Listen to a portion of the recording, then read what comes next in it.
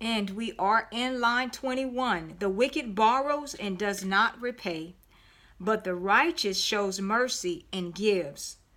For those who are blessed by him, talking about God, shall inherit the earth.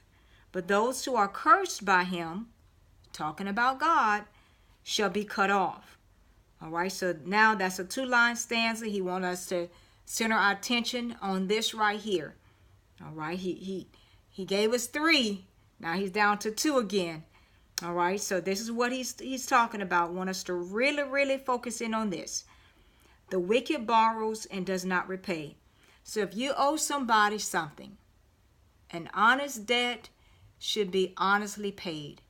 All right, so the wicked borrows and does not repay. They think they're getting away with that.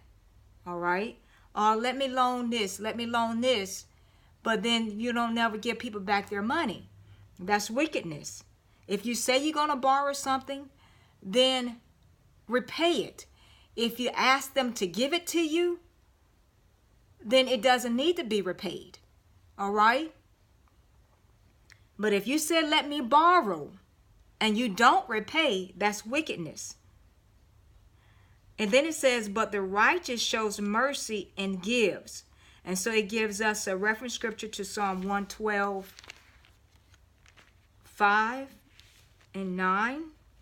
Psalm 112, 5 and 9, that says, a good man deals graciously and lends. He will guide his affairs with discretion. And then 9 says, he has dispersed abroad. He has given to the poor. His righteousness endures forever. His horn will be exalted with honor. All right, so, and that's what happens with the righteous. 22, for those who are blessed by God shall inherit the earth. And that is true. Let's look at Proverbs 3:33.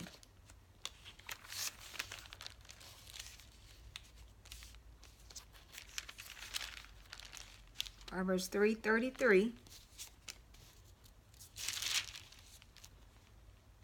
That says, the curse of the Lord is on the house of the wicked, but he blesses the habitation of the just. So that contrast here, that's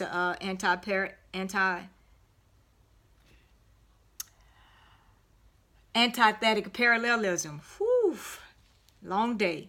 So the curse of the Lord is on the house of the wicked, but he blesses the habitation of the just. All right, and we talked about that in our Proverbs study. All right, so then it says, but those who are cursed by him shall be cut off, so they shall be destroyed. Let's move into the next stanza. Another 2 lines. Line 23. The steps of a good man are ordered by the Lord, and he delights in his way. 24. Though he fall, he shall not be utterly cast down, for the Lord upholds him with his hand. All right, so now it says the steps of a good man are ordered by the Lord. And so it gives us a reference scripture to 1 Samuel 2:9.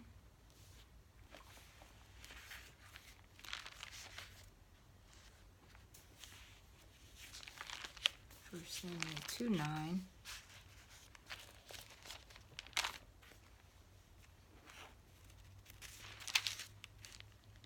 That says, he will guard the feet of his saints, but the wicked shall be silent in darkness.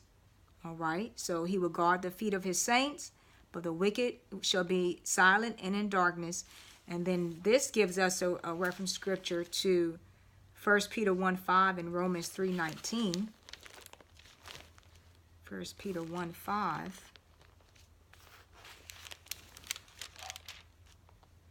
That says, who are kept by the power of God through faith for salvation ready to be revealed in the last time.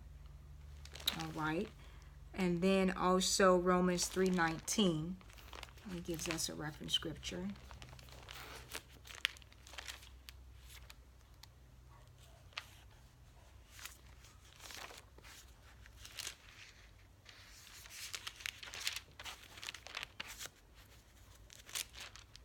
That says, now we know that whatever the law says it is to those who are under the law, that every mouth may be stopped and all the world may become guilty before God. All right. And so that's that. And going back to Psalm 37, all right, then it says in line 24, it says, and he, though he fall, he should not be utterly cast down, for the Lord upholds him with his hand. And so though the good man may fall, he's not going to be utterly cast down. Utterly cast down, that means you're not getting back up. You're not getting back up at all. All right? So and that's why it gives us a reference scripture to Proverbs 24:16. Notice that seemed like in every other psalm it's been referred back to Proverbs 24:16 that says what? A righteous man may fall 7 times, but what? But he gets back up. But the wicked is going to fall by calamity. All right? So the steps of a good man are ordered by the Lord, and he delights in his way.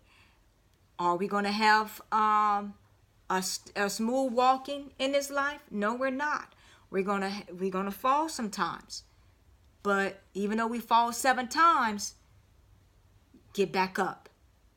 Get back up and let God continue to order your steps. All right, I see you in the next stanza.